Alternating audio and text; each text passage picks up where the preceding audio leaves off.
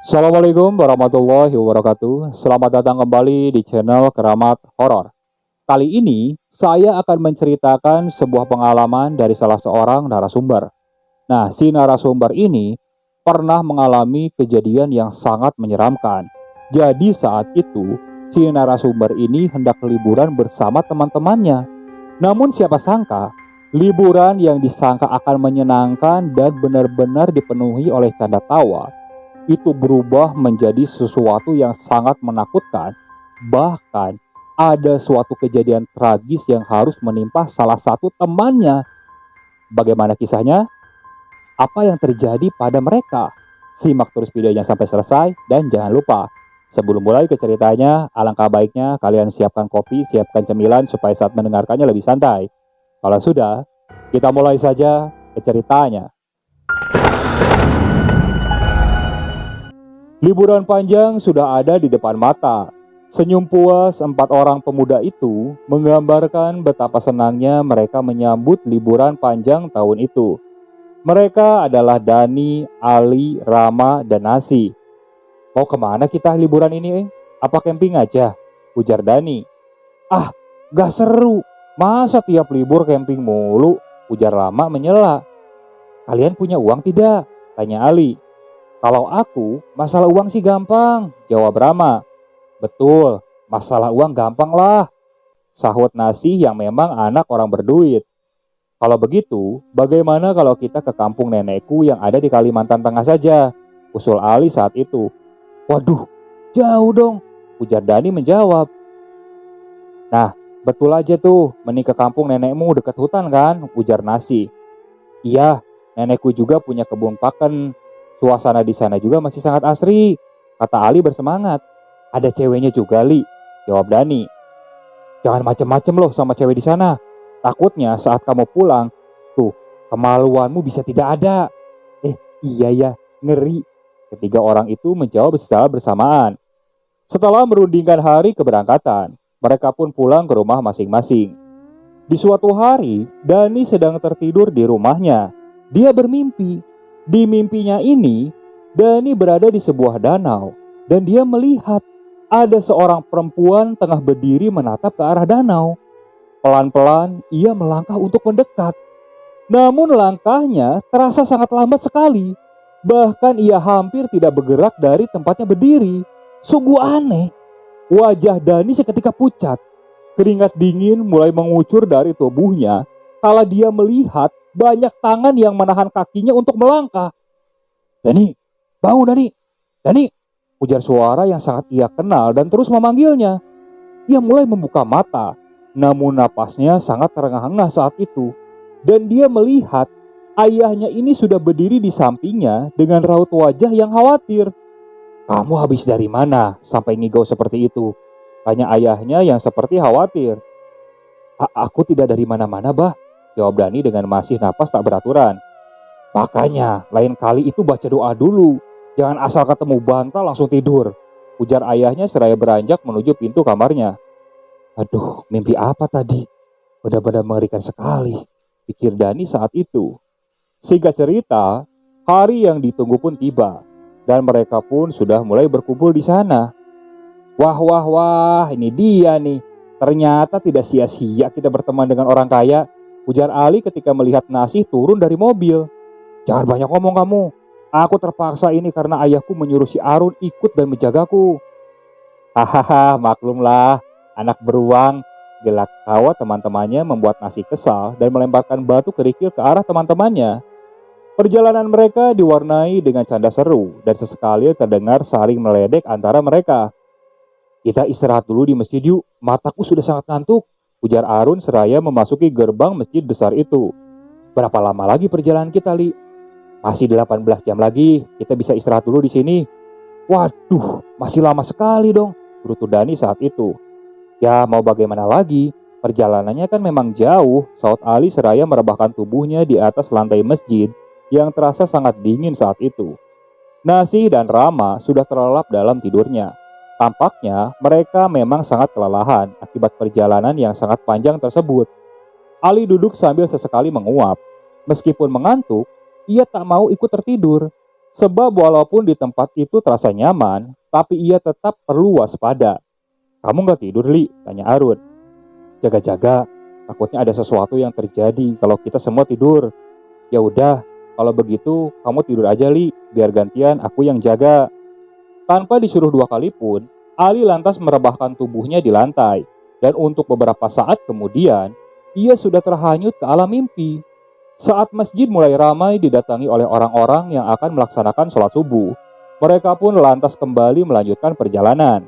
Sekitar pukul 8 pagi, mereka sudah mampir ke sebuah warung untuk sekedar makan dan beristirahat. Selesai makan, perjalanan pun kembali dilanjutkan.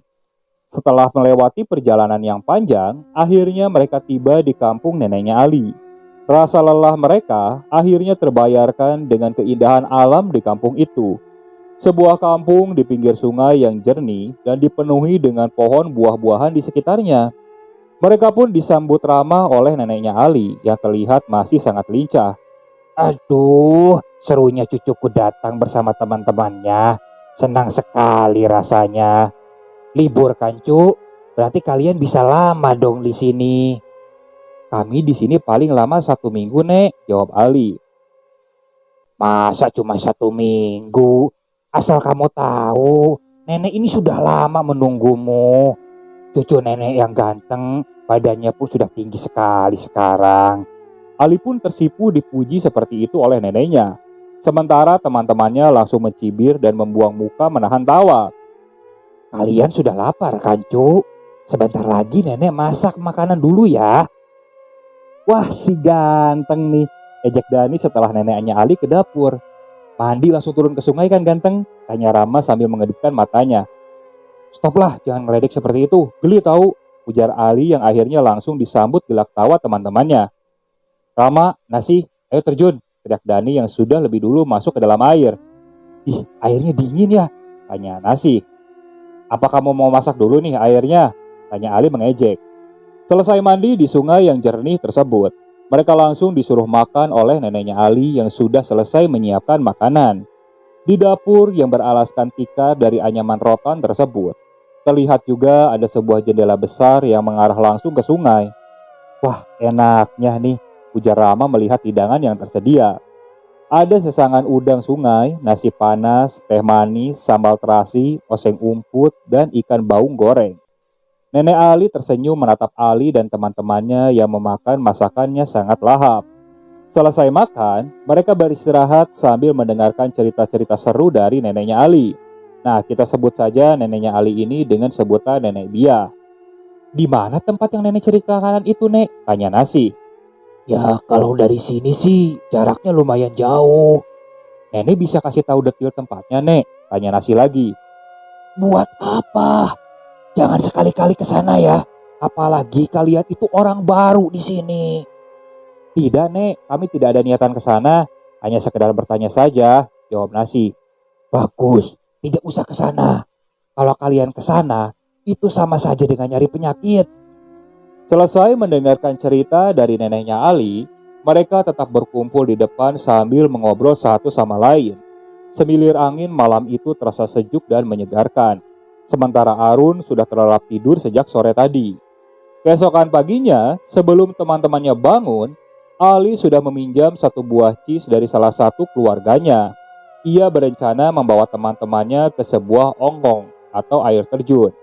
Ia juga sudah menyiapkan beras dan perlengkapan memasak lainnya yang ia pinjam dari sang nenek. "Kalian mau kemana memangnya, Li?" tanya nenek Bia. "Ke air terjun, Nek," jawab Ali masih membetulkan letak perlengkapan yang akan ia bawa. "Jangan jauh-jauh, jangan sampai ke hulu ya," pesan nenek Bia saat itu. "Iya, Nek," jawab Ali dan teman-temannya serentak. Udara pagi itu terasa semakin dingin, disebabkan cis yang melaju kencang melawan angin. Arun yang memang diminta oleh orang tua Nasi untuk menjaga Nasi juga ikut serta hari itu. Singkat cerita, teman-temannya tampak panik begitu cis yang dikemudikan oleh Ali mulai menepi ke pinggir sungai yang terdapat banyak pohon.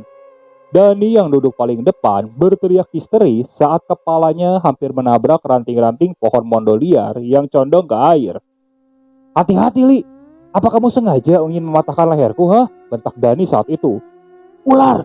Ular! Ular!" Teriak Rama yang duduk di depan Arun tak kalah histeris membuat semua mata teman-temannya langsung tertuju ke arahnya. Ternyata memang benar, ada seekor ular pohon yang jatuh ke dalam Cis. "Diam dulu, jangan bergerak. Apa kalian ingin Cis ini karam? Ular itu juga tidak berbisa, dasar bodoh." Umpat Ali yang takut kalau sampai Cis yang dia pinjamnya ini sampai tenggelam di sungai. Oleh Arun, ular itu ditangkap lalu kemudian dilempar ke sungai. Sesaat setelahnya, keadaan di Cis pun kembali tenang. "Cepat kalian turun," ujar Ali yang melihat teman-temannya seperti tak bergeming dan tetap duduk di dalam Cis. "Lewat mana, Ali? Kamu tidak lihat ini pohon semua?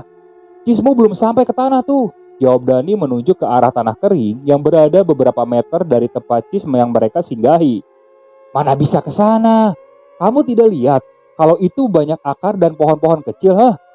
Mendengar jawaban Ali, teman-temannya pun terpaksa harus melalui setiap ranting pohon mondo yang berukuran lumayan besar.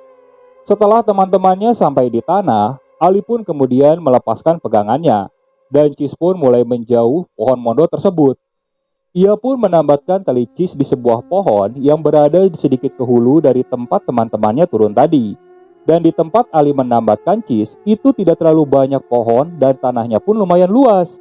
Mengetahui hal itu, Dani, Rama, dan Nasi tentu saja marah pada Ali yang terlihat tertawa terbahak-bahak saat itu. "Pantas saja kita diturunin di sini. Ternyata dia ngerjain kita," ujar Dani seperti itu. Ali pun berjalan lebih dulu untuk memimpin jalan ke air terjun yang ingin dia datangi. Perjalanan ke sana lumayan melelahkan bagi anak-anak kota tersebut, namun tidak dengan Arun. Ia yang sejak tadi hanya diam dan tak terlibat pembicaraan dengan Ali dan kawan-kawan, masih santai menikmati perjalanan tersebut. "Masih jauh, Li?" tanya Nasi. "Aku juga lupa-lupa ingat jalannya, Nas." "Yah, apa jangan-jangan kita kesasar?" ujar Dani. "Tidak, aku sudah sering ke sini. Hanya saja sekarang banyak anak pohon dan rumput tinggi di sini, makanya sedikit susah untuk mencari arah jalannya. Tapi rasanya sebelum air terjun itu, ada batu besar di kiri dan kanan jalan. Jadi sekarang kita hanya perlu mencari batu itu," ujar Ali. "Halah, bilang saja kalau mau lupa," ujar Dani seperti itu. Iya, maaf. "Tapi air terjunnya bagus kan? Bisa untuk foto?" tanya Rama seperti itu. "Ya tentu bagus lah, makanya aku ngajak kalian ke sini," jawab Ali. Namun sudah hampir 2 jam mereka berjalan, mereka masih belum berhasil menemukan tanda-tanda adanya air terjun yang dimaksud oleh Ali. Bahkan sekarang pun mereka kesusahan untuk mencari jalan yang tadi mereka lewati. Semuanya seolah buntu.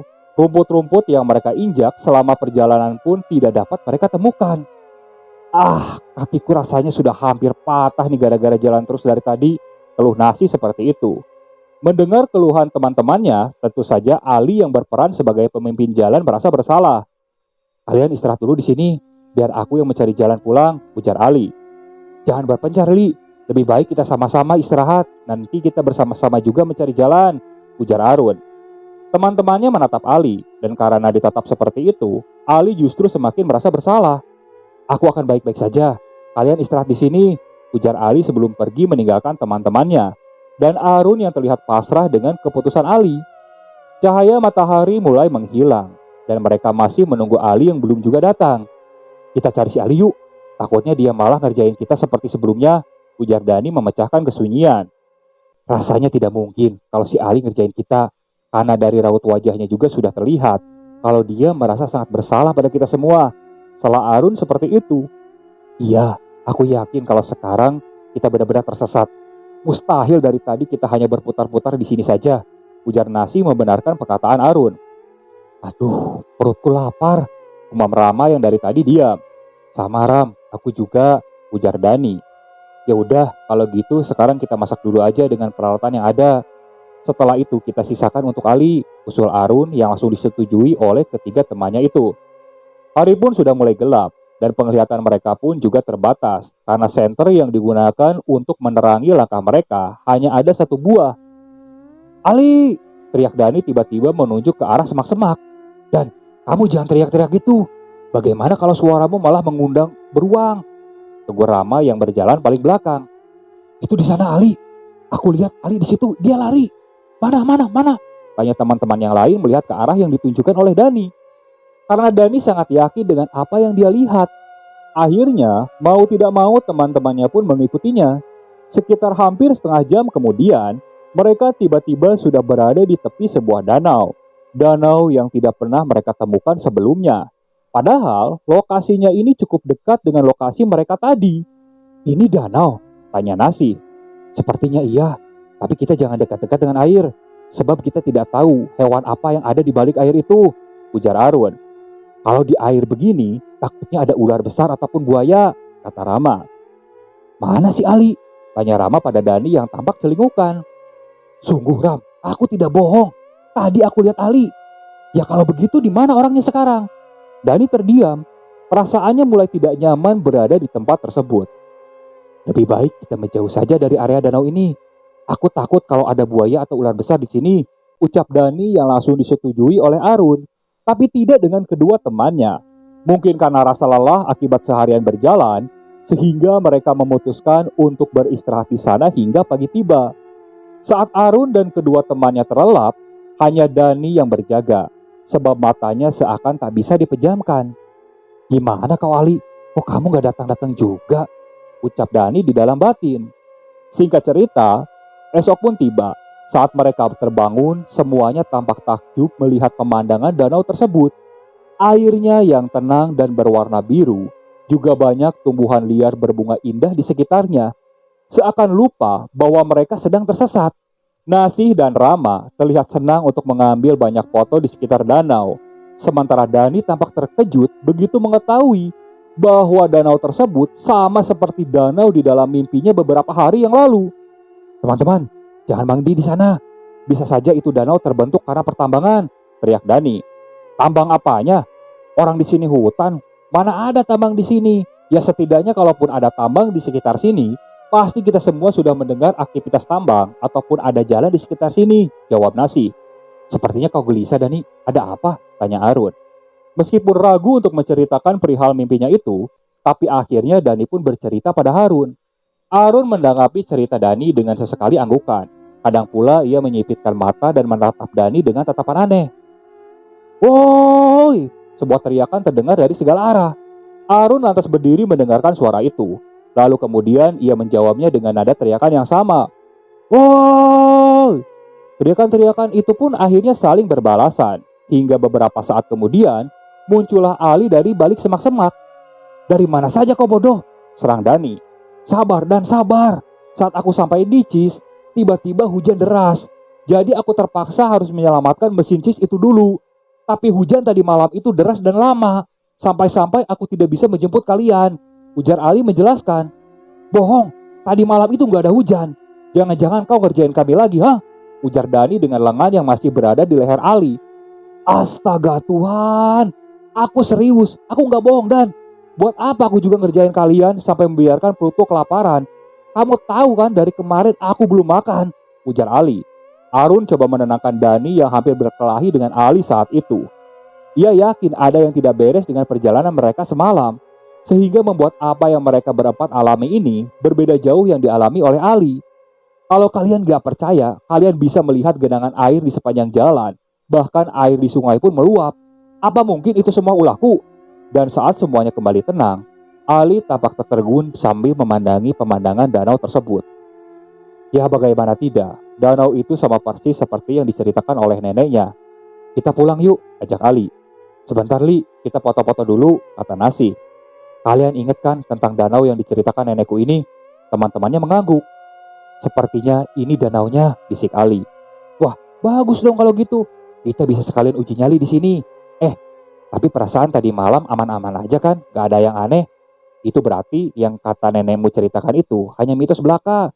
Biar danau yang indah ini tidak dijadikan tempat wisata," ujar Rama, yang langsung disetujui oleh Nasi. "Terserah kalian lah, yang pasti aku mau pulang, perutku sudah lapar sekali," ujar Ali lalu pergi meninggalkan teman-temannya yang langsung bergegas mengikutinya. Selama di perjalanan pulang, mereka hanya terdiam. Meskipun sesekali Ali menunjukkan bukti bahwa semalam memang benar-benar hujan lebat. Air sungai yang sebelumnya jernih pun sekarang menjadi sedikit keruh diakibatkan air yang meluap. "Aku tidak bohong kan?" ujar Ali sembari memasang mesin Cis tersebut. Tak ada yang menyaut. Teman-temannya hanya berdiam diri, seakan shock dengan apa yang mereka alami. Singkat cerita, setelah mereka sampai di rumah neneknya Ali, mereka lebih memilih untuk bungkam ketimbang menceritakan apa yang terjadi. Namun pada malam harinya, suasana aneh pun mulai mereka rasakan, terutama oleh Nasi, Dani, Rama, dan Arun. Dani seperti mengigau, tapi matanya melotot. Untungnya, apa yang menimpa Dani ini tidak berlangsung lama, karena setelah disiram dengan air putih, Dani langsung tersadar. Namun tak berapa lama kemudian, Rama menjerit. Ia berbicara, tapi kata-kata yang ia ucapkan sama sekali tidak beraturan. Kali ini berbeda dengan Dani. Meskipun disiram dengan air, Rama tak juga sadar. Malah ia semakin menjadi-jadi. Hingga akhirnya, atas usulan dari pamannya Ali, dipanggillah seseorang yang memang paham dengan hal-hal gaib untuk menyembuhkan Rama yang seperti orang kesurupan itu. Setelah usulannya diterima oleh neneknya Ali, pamannya Ali pun kemudian bergegas berangkat untuk menjemput Datu Suhib. Dan tidak lama kemudian, pamannya Ali kembali bersama seseorang lelaki paruh baya. Datu Suhib duduk di samping Rama yang masih terus berbicara dengan kata-kata yang tidak dipahami oleh orang lain. Kamu siapa dan dari mana? Kenapa kamu ganggu anak ini? Ujar Datu Suhib bertanya kepada Rama yang bola matanya mulai memerah saat itu. Rama menjerit dan lagi-lagi ia berbicara aneh. Kata-katanya ini terdengar sangat asing. Mendengar jawaban Rama seperti itu, Datu Suhib lantas meminta sahang atau lada biji pada pamannya Ali. Selain itu, beliau juga meminta bawang merah tunggal dan segelas air. Oleh Datu Suhib, sahang itu diletakkan di bagian pergelangan belakang kaki Rama. Dan seketika, Rama ini menjerit kesakitan. Ia juga berusaha menyerang Datu Suhib. Untungnya saat itu banyak orang yang memegangi Rama, sehingga ia tidak bisa bergerak dengan leluasa. Bahkan, tangan dan kakinya pun sudah diikat menggunakan kain jarik. Kekuatan Rama saat itu sangat besar. Andai kaki dan tangannya tidak diikat, mereka tentu akan kewalahan. Ini Palasit, seperti yang menimpa arwah Narsi dulu, ujar Datuk Suhib membuat semua orang yang berada di sana kaget. Kemarin kalian kemana? Kalian ke danau itu? Tanya neneknya Ali. Tidak, Nek. Kami mau ke Onggoh kemarin, ke air terjun, tapi tersesat dan terpisah dari teman-teman. Paginya saat saya cari mereka, ternyata mereka tiba di danau. Padahal danau biru itu tidak ada sebelumnya, jawab Ali. Astaga, ucap nenek Ali terlihat putus asa. Kalau sampai ada apa-apa pada teman-temanmu, kamu yang akan dituntut pertanggungjawaban, Ali. Kenapa kalian bisa sampai di danau itu? Padahal jelas-jelas aku sudah melarang, ucap neneknya Ali seperti itu. Ali menelan ludah yang terasa keluh. Berbagai macam perasaan pun berkecamuk di dadanya. Napasnya juga terasa sesak. Yang dikatakan neneknya memang benar. Dialah orang yang akan bertanggung jawab kalau sampai terjadi sesuatu kepada teman-temannya. Tidak ada gunanya saling menyalahkan. Tidak akan mengubah keadaan juga. Yang penting, sekarang kita harus bisa melepaskan Palasit yang menempel pada anak ini secepat mungkin, ujar Datu Suhib saat itu. Caranya bagaimana, Datu? Tanya Arun. Belum pernah ada yang selamat sebelumnya, karena Palasit ini seperti rantai, jawab Datu Suhib yang membuat kaget Ali dan kawan-kawan. Saat kalian berada di danau itu, apakah ada di antara kalian yang berbicara tidak sopan? Tanya Datu Suhib kepada Ali dan kawan-kawan. Si Dani sama Rama, Datu, jawab Nasi. Tapi yang terkena seperti ini lebih dulu siapa? Tanya Datu lagi. Sepertinya tadi Dani, cuman dia tidak seperti ini, Datu. Dia hanya seperti orang yang ngigau dengan mata yang melotot, tanya Ali. Datu Suhib lalu mengalihkan pandangannya ke arah Dani yang terlihat menundukkan kepala. Kau tahu ada yang menjagamu? Tanya Datu Suhib tiba-tiba. Hah? Dani tampak bingung dengan pertanyaan Datu Suhib. Kau tahu kalau ada yang menjagamu? Dia ikut bersamamu dari awal. Dani menggeleng. Saya tidak tahu, Datu. Tapi sebelum saya ikut ke sini, saya memang pernah bermimpi melihat perempuan berdiri menghadap danau itu. Lalu saya ingin mendekatinya, tapi banyak tangan yang menahan kaki saya. Saat kami sampai di danau itu pun perasaan saya memang tidak enak. Dani mulai bercerita. Anak ini memang ada yang jaga. Sosoknya kakek-kakek dengan wajah yang sebagian penuh borok. Dan sosok itu juga yang menahan Palasit dari danau itu untuk masuk ke tubuhnya, ujar Datu Suhib. Berarti Dani tadi hampir kena saja ya, Datu. Lalu sekarang bagaimana cara menyembuhkan Rama? Sementara kata Datu tadi tak ada yang pernah selamat sebelumnya, tanya Ali seperti itu. Kita akan coba mengeluarkan paksa, tapi Datu Suhib tak melanjutkan perkataannya. Tapi apa Datu? Tanya Harun setelah sekian menit Datu Suhib terdiam. Tapi aku tidak bisa menjamin kalau anak ini akan selamat seperti sebelumnya. Karena kemungkinan akan ada bagian tubuh yang dirusak oleh parasit itu jika kita keluarkan secara paksa. Tapi kalau dibiarkan, dia akan membunuh anak ini, ujar Datu Suhib menjelaskan. Semua yang ada di ruangan itu saling pandang. Masalahnya, Rama tidak punya keluarga di sana. Keluarga neneknya Ali pun tak berani mengambil keputusan. Anak ini merupakan teman dari cucuku. Dia orang jauh, dan kami tidak berani mengambil keputusan untuknya. Jadi bagaimana ya Datu baiknya? Ucap neneknya Ali seperti itu. Datu Suhib hanya menghela napas panjang. Ya kalau memang begitu, aku juga tidak berani untuk mengobatinya. Yang aku takutkan malah nantinya akan menimbulkan kesalahpahaman pada keluarganya. Jadi kami harus bagaimana Datu? Tanya Ali mulai cemas saat itu. Bawa anak ini pulang. Dan kalau memang di sana tidak ada yang bisa mengobatinya, kalian hubungi aku lagi, ujar Datu Suhib. Membawanya pulang dengan keadaan seperti ini, Datu? Apa tidak membahayakan dia? Bagaimana kalau dia melompat dari mobil? Tanya Nasi. Kalau dia mengamuk, ikat saja tangan dan kakinya dengan kain jarik. Kalau orang-orang yang terkena parasit akan sangat kesulitan membebaskan diri dari ikatan kain jarik. Baiklah kalau memang harus begitu, tapi kapan sebaiknya kami pulang, Datu? Lebih cepat lebih baik, agar temanmu ini segera bisa diobati.